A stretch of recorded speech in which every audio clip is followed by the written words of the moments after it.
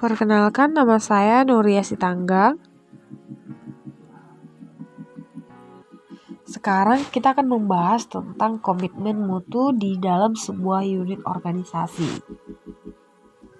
Pertama-tama kita tahu dulu pengertian dari dua kata ini, yaitu pengertian komitmen dan pengertian mutu.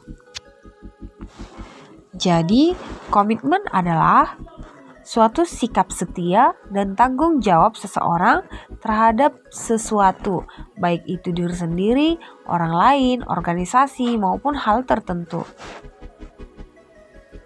Komitmen bisa juga diartikan sebagai suatu keadaan di mana seseorang membuat perjanjian atau keterikatan baik kepada diri sendiri maupun kepada orang lain yang tercermin dalam tindakan atau perilaku tertentu yang dilakukan secara sukarela maupun terpaksa. Jadi komitmen ini bisa dilakukan dengan individu atau janji ataupun perbuatan atau tindakan. Adapun ciri-ciri komitmen, yang pertama, adanya perjanjian yang disepakati baik terhadap diri sendiri maupun terhadap pihak lain. Yang kedua, terdapat tujuan atau goals tertentu yang ingin dicapai setelah melaksanakan komitmen. Yang ketiga, semua pihak yang terlibat dalam suatu komitmen harus bertanggung jawab dengan isi perjanjian. Dan yang keempat, adanya kesetiaan atau loyalitas dari semua pihak terhadap tujuan yang ingin dicapai. Sikap saya terhadap penjagaan komitmen ini di dalam lingkungan kerja atau organisasi saya adalah sebagai berikut.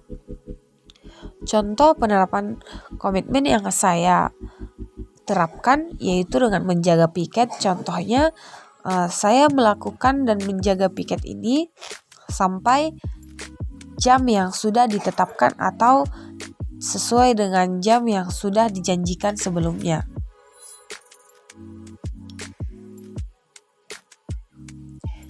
Lalu mengikuti rapat dengan baik dan sampai selesai.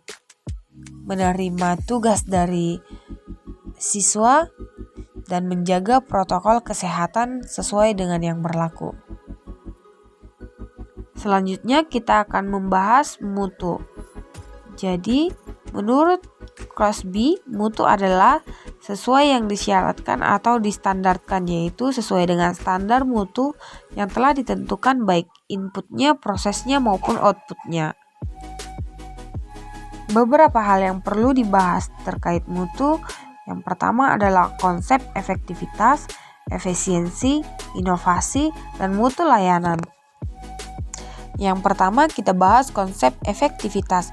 Efektivitas menunjukkan ketepatan capaian target layanan dilihat dari jadwal kerja, durasi, biaya, dan harapan. Yang kedua kita bahas konsep efisiensi. Efisiensi menunjukkan proses layanan yang tidak berdampak pada pemborosan, diukur dari penggunaan waktu kerja, biaya yang harus dibayarkan, tenaga atau energi yang dikeluarkan untuk mencapai target dan mewujudkan harapan. Yang terakhir, konsep inovasi. Inovasi menunjukkan adanya kreativitas aparatur untuk mengembangkan sesuatu yang baru dan berbeda dari sebelumnya. Demikianlah pembahasan saya tentang komitmen mutu. Sekian dan terima kasih.